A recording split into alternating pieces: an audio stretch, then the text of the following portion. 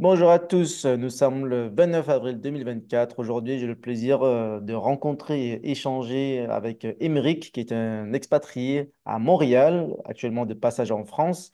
Émeric, bonjour, comment allez-vous? Bonjour, très bien, merci. Et Émeric a une très grande qualité, c'est un Marseillais comme moi. Tout Vous à êtes à fait. Marseille, La c'est plus ça? grande qualité du monde. Très bien. Alors, Émeric, merci de vous joindre à ces entretiens, ces podcasts pour parler des Européennes, entre autres. Mais en tout cas, est-ce qu'on peut commencer par une présentation? Vous êtes jeune, vous êtes expatrié à Montréal. Qu'est-ce que vous y faites et qu'est-ce qui vous a décidé de vous installer? Rapidement, je suis étudiant en doctorat à l'université à Sherbrooke en intelligence artificielle appliquée à l'environnement, euh, géomatique appliquée. Ce qui m'a décidé à partir de France, en fait, c'est pas une décision de partir de France, c'est simplement que j'avais mon sujet de thèse, que je l'ai proposé à beaucoup d'universités en France qui n'avaient pas les financements pour le faire et qu'au Canada, on m'a donné un financement, un sujet et une entrée à l'université. Donc, je suis parti pour ça.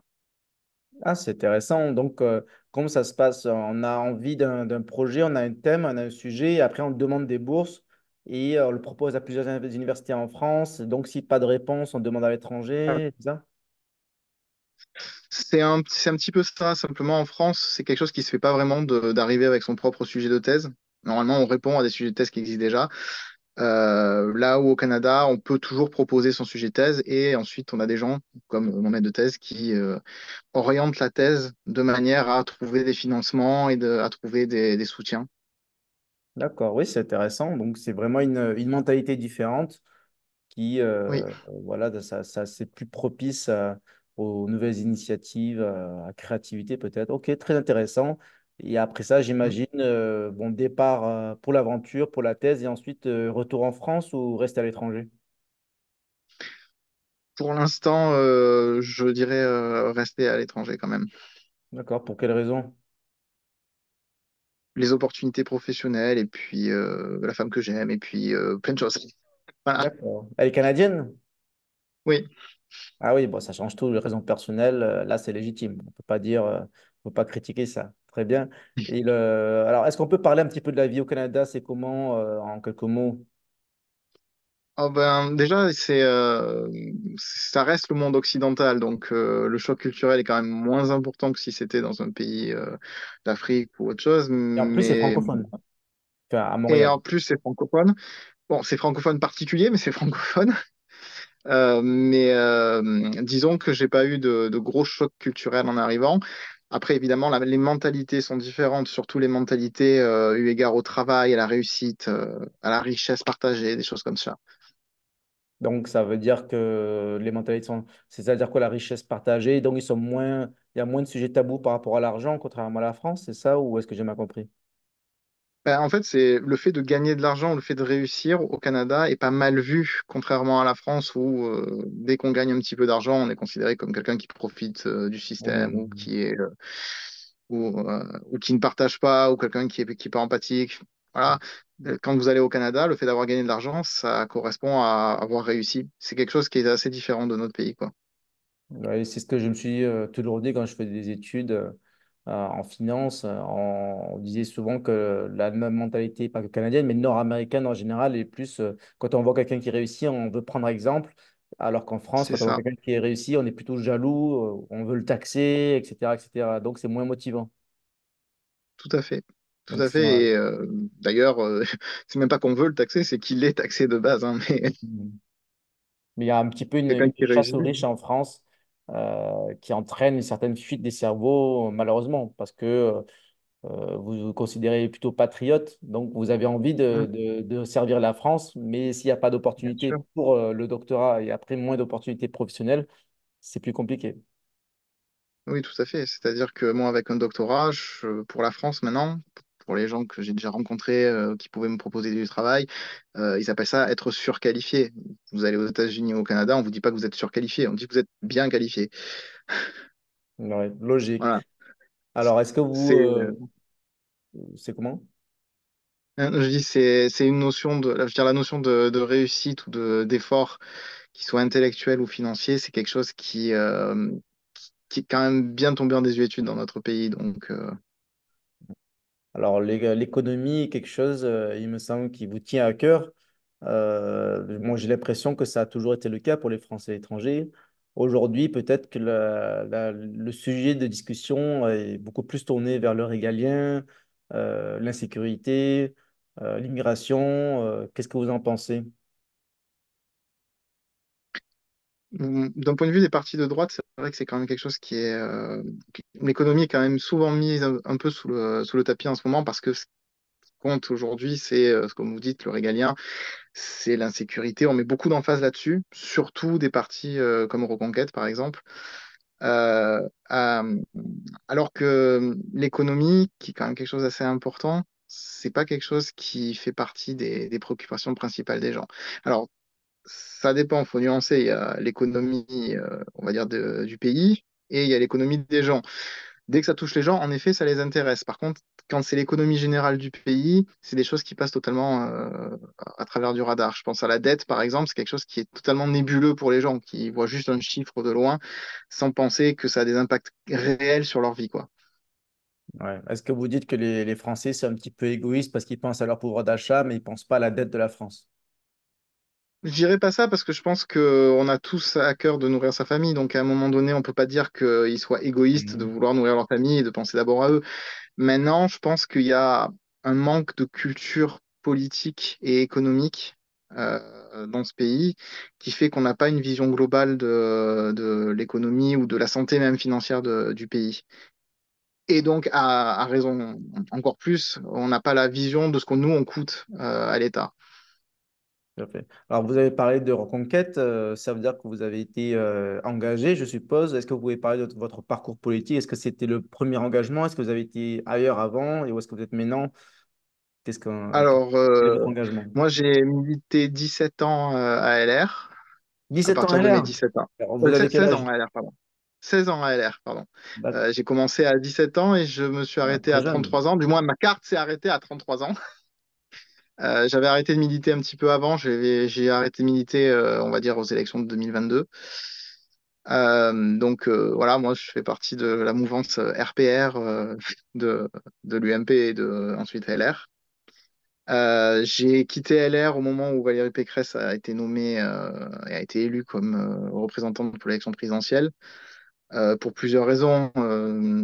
D'abord idéologiques, mais surtout parce que je trouvais que c'était inadmissible que quelqu'un qui avait quitté le parti puisse représenter le parti ensuite sans qu'on lui demande aucun compte, quoi. C'était quelque chose qui... J'ai quand même pas mal d'affect avec l'honneur et c'est quelque chose qui me gênait profondément. Et ensuite, je me retrouvais quand même pas mal dans le programme d'Éric Zemmour, même si je suis pas d'accord avec tout, notamment sur tout ce qui est sociétal. Mais c'était le programme qui était le plus libéral, on va dire, d'un point de vue économique, et le plus nationaliste d'un point de vue identitaire sociétal. Donc, c'est quelque chose qui me correspondait déjà un peu plus.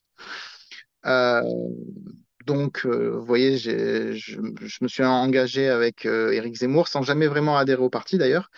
Mais j'ai quand même toujours soutenu le parti jusqu'après l'élection présidentielle mais ça, je pense que je parle à quelqu'un qui connaît bien le problème, les dissensions internes, les problèmes d'ego sont apparus de manière assez incroyable, au détriment même du message politique qu'on voulait faire passer. Et puis même d'un point de vue purement idéologique, je trouve que Reconquête s'axe aujourd'hui beaucoup trop sur l'immigration, et l'identitaire en perdant, si vous voulez, la volonté de convaincre les gens qui pensent pas comme eux. Et ça, je trouve ça assez dommage.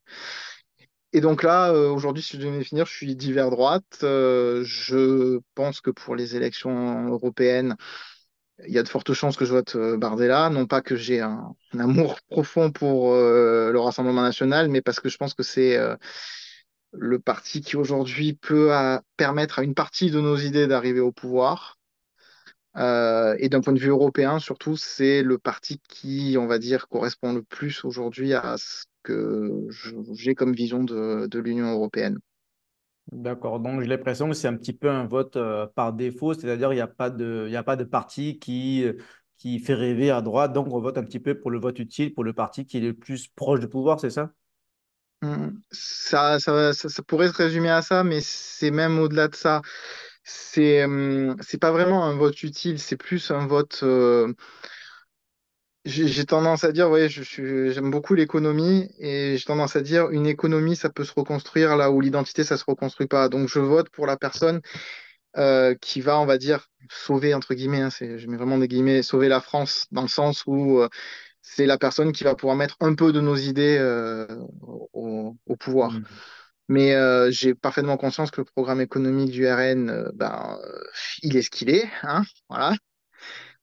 Du moins pour moi, je suis très loin de quand j'entends Jean-Philippe Tanguy dire qu'il faut taxer la finance, par exemple. Mais je vote quand même pour eux parce que je me dis, l'économie, ça se négocie, ça se reconstruit. Un pays, une identité, non. Donc, si on doit rester tout le temps dans l'opposition, c'est pas ça qui va faire avancer le pays. D'accord, ouais, ça a du sens. Il y en a beaucoup aussi qui disent au RN que, enfin, il y en a beaucoup qui analysent la situation en disant que le RN fait ça juste pour gagner des voix et qu'en vérité, ils sont pas, ou en tout cas pas tous à gauche, ils sont juste en train de dire ça pour gagner des voix. Donc, est-ce que c'est une analyse que vous pouvez partager? C'est-à-dire que peut-être que le RN, quand il arrive au pouvoir, ben, il ne fera pas du tout une politique à gauche, ils ont dit ça juste pour arriver au pouvoir. C'est possible ou pas? Alors, C'est encore mieux? ça, j'en suis convaincu, clairement, parce que de toute façon, le programme économique du RN, si on le met en place tel quel, je veux dire, les marchés financiers ne nous prêtent plus. Donc, à un moment donné, je veux dire, ça va être clair et net qu'ils vont pas pouvoir mettre en place l'ensemble de leur programme. Maintenant, oui, c'est une stratégie qui a marché, puisque c'est comme ça que Marine Le Pen, surtout dans le nord de la France, réussit à faire des bons scores. Mais si vous voulez, le RN arrive à 50%, 46% des voix, en gros, entre 46 et 50% des voix, et il lui manque 4-5% pour arriver au pouvoir. Et ces 4-5%-là, c'est des gens qui sont LR, c'est-à-dire c'est des gens qui sont libéraux. Si on va trop à gauche, on perd ces gens qui sont libéraux. Genre, typiquement, l'interview de Jean-Philippe Tanguy, moi, dans mon entourage, tout le monde vote à droite, globalement. Euh, Quand ils ont entendu l'interview, ils ont tous fait des bons, hein, en se disant, mais c'est du socialisme, quoi. Alors qu'on sait pertinemment que 80% du RN ne sont pas socialistes et qui sont même beaucoup sont très libéraux. Simplement, le message qui est envoyé, si vous voulez, il perd une partie des LR. Donc je pense que oui, c'est une façon de gagner des voix, c'est très bien. Mais il faut quand même pas perdre de vue que les 5-6% qui manquent pour arriver au pouvoir, c'est les libéraux, les LR, qu'il faut convaincre que c'est la meilleure option, quoi. D'accord. Et en parlant de reconquête, vous avez dit qu'il y avait deux choses. Il y avait des distensions, il y avait des questions d'ego, et d'autre part, c'était idéologique. Est-ce qu'on peut revenir dessus? L'ego, c'est quoi? C'est-à-dire, c'était localement au Canada ou est-ce que c'était juste une analyse de loin, Mm. de Non, sièges, etc. non, c'était au Canada. On a vu des choses qui sont totalement inadmissibles dans un mouvement politique, du harcèlement, euh, de, du bashing permanent. Et puis surtout, moi, ce qui m'a le plus choqué à ce moment-là, ça a été de voir une partie des cadres locaux, hein, bien sûr, euh, cracher sur les électeurs suite à des mauvais résultats électoraux, comme si les électeurs avaient mal voté. Et ça, c'est quelque chose que j'ai trouvé inadmissible. Parce que quand on fait de la politique, le but, c'est de convaincre les gens, pas de créer une secte, quoi. Donc, je considère que si des gens votent mal, c'est qu'on les a mal convaincus, pas qu'ils ont mal voté. D'accord. Et là, on parle des présidentielles ou d'une autre élection? Non, non, c'était pour les élections consulaires. D'accord. Et il s'est passé quoi en quelques mots pour ceux qui ne connaissent pas, ils ne savent pas ce qui s'est passé, ils ne savent même pas ce que c'est que ces élections consulaires? Les élections consulaires, c'est les élections qui permettent d'avoir des représentants, on va dire, au Conseil des Français de l'étranger. Donc l'équivalent, si vous voulez, de conseillers régionaux, mais pour la métropole. Lors de cette élection-là, il y avait une liste Reconquête qui n'a pas fait les résultats escomptés, pour faire très simple. Et au lieu de se remettre en cause et de se remettre en question en se disant, OK, on n'a peut-être pas fait la campagne qu'il fallait, on n'a peut-être pas fait ce qu'il fallait pour être élu, l'idée principale a été de dire, non, c'est les gens qui n'ont pas été assidus, c'est les gens qui ne sont pas allés voter, c'est la faute aux gens qui n'ont pas assez fait de campagne, etc. Si vous voulez, j'estime que quand on a un cadre politique, on ne peut pas s'en prendre aux électeurs. Voilà. Donc, les responsables au Canada étaient mal choisis par le siège. Ça, c'est un problème d'organisation, probablement. Ça, je pourrais pas, ça, je Hmm. suis personne pour dire s'ils ont été mal ou bien choisis. Par contre, le fait de pas se remettre en question et d'en arriver à ce niveau de violence parce que justement vous vous remettez pas en question, oui, ça pose question sur le choix des personnes qu'on a mis en place. Et surtout le fait que la direction nationale, malgré le fait qu'on est alerté hein, et rien fait, j'ai trouvé ça quand même assez embêtant, d'autant que moi j'ai milité quand même beaucoup de temps dans notre parti politique. J'ai vu des pratiques qui étaient similaires, faut pas se leurrer, c'est pas que Caro Conquête, mais j'ai jamais vu ce niveau-là. Voilà. D'accord. Est-ce qu'on peut Je dire... donne un exemple, par exemple, se faire virer d'un canal parce qu'on a osé dire que la personne qui était en charge du canal avait fait une faute dans un papier, vous voyez, une faute de date. D'accord. Donc, une petite remarque, petite critique constructive, ça passe pas.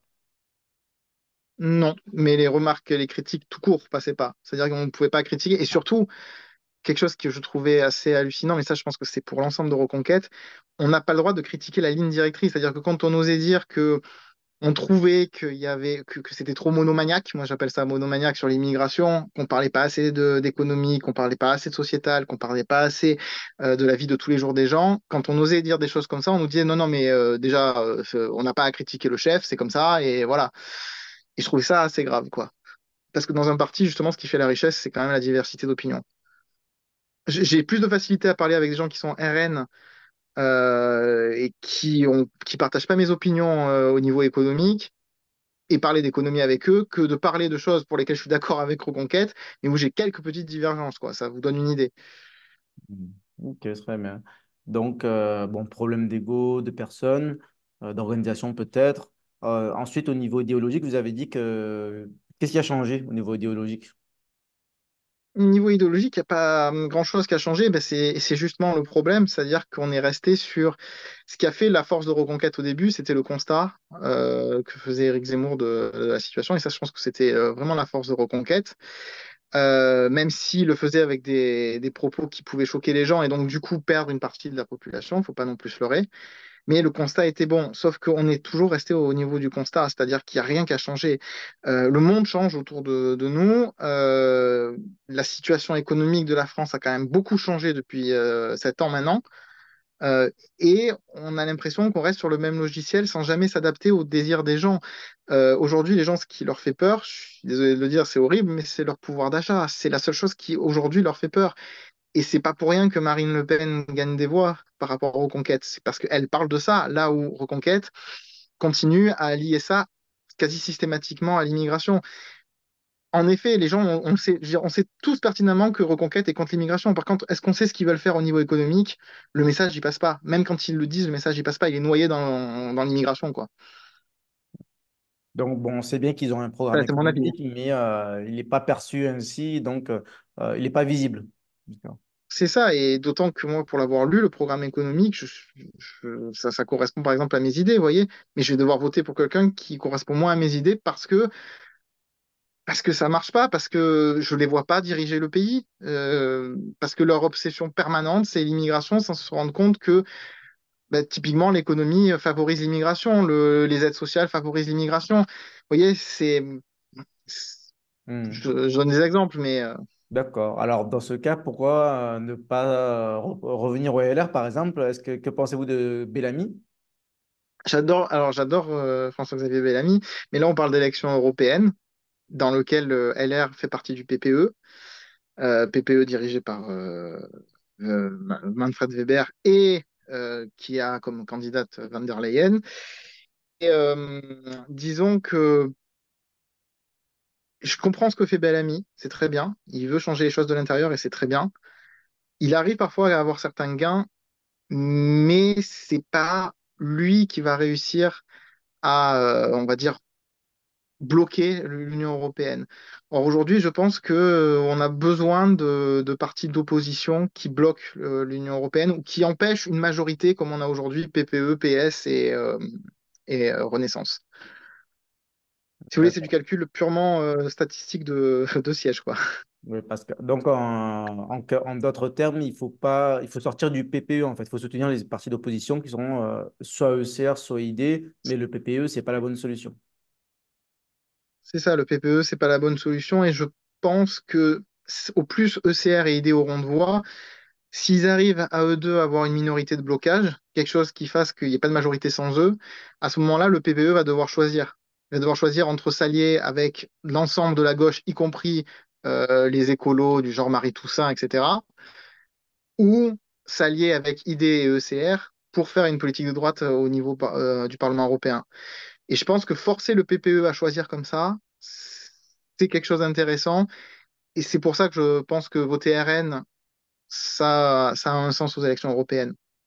Ok. Et qu'en est-il des listes souverainistes? Vous les trouvez sympathiques, vous les trouvez utiles, vous les trouvez, ouais, ça sert à rien, ils font 1%. Qu'est-ce que vous en pensez? Alors déjà, je pense qu'il n'y a pas de liste qui servent à rien, parce qu'au moins, elles représentent un courant. Maintenant, moi, j'ai beaucoup de mal avec les listes qui parlent du Frexit, parce que j'estime que d'un point de vue économique, c'est une aberration absolue. Et j'ai beaucoup de mal avec l'idée qu'on puisse, à un moment donné, se refermer totalement sur nous-mêmes et dire c'est la faute à la mondialisation. Donc, c'est quelque chose qui est, c'est pas une ligne rouge, mais presque. Donc, j'ai un peu de mal avec ces listes-là. En fait, si vous voulez, l'idée de dire que tout ce qui va mal en France, c'est la faute de la mondialisation, ça me pose problème. Ok, alors, J'ai envie de dire, les autres pays aussi sont dans la mondialisation et il y en a qui s'en sortent, hein. Donc, ouais. Là, je sens le profil LR qui ressort. Donc, j'en étais membre aussi à une époque et je comprends un peu la mentalité. Ça peut repousser un petit peu de voir des personnes qui sont, on va dire, qui parlent que de ça, comme certains parlent d'immigration, d'autres qui parlent que de Frexit. C'est peut-être un petit peu ça le sentiment. exactement. Et puis, si vous voulez, l'outrance permanente, je pense pas que ça serve à être élu aussi. Voilà. Ok. C'est un peu le défaut aussi de Reconquête en ce moment. Donc, voilà. C'est bien l'outrance, ça permet de se faire connaître, mais ensuite, il faut pouvoir montrer qu'on est responsable. Et je ne confierai pas le pays à Florian Philippot. Ok. Et que pensez-vous de l'Ukraine et la Russie?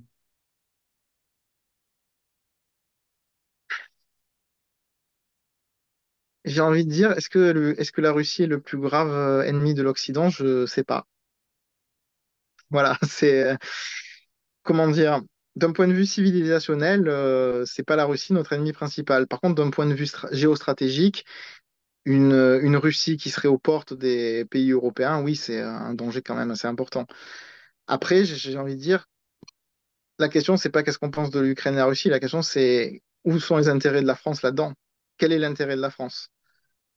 Et je pense que l'intérêt de la France, c'est de ne pas avoir la Russie à ses frontières, aux frontières de l'OTAN, euh, et en même temps de continuer à avoir un dialogue avec quand même le peuple russe, parce que ça fait partie de l'Europe, civilisationnelle, culturelle, ethnique. Est-ce qu'il faut continuer à envoyer des équipements, de l'argent à l'Ukraine? Là, je vais vous dire, je n'ai pas vraiment d'opinion, mais je pense pas que ce soit la meilleure manière de faire les choses. D'abord parce qu'on ne demande pas à la population française si elle est d'accord pour le faire. Ça, c'est la première chose. Et parce que c'est de l'argent de nos impôts, c'est de l'argent des gens qui travaillent, qui ont des opinions aussi, hein, et à qui on ne demande pas leur avis pour le fléchage de cet argent-là.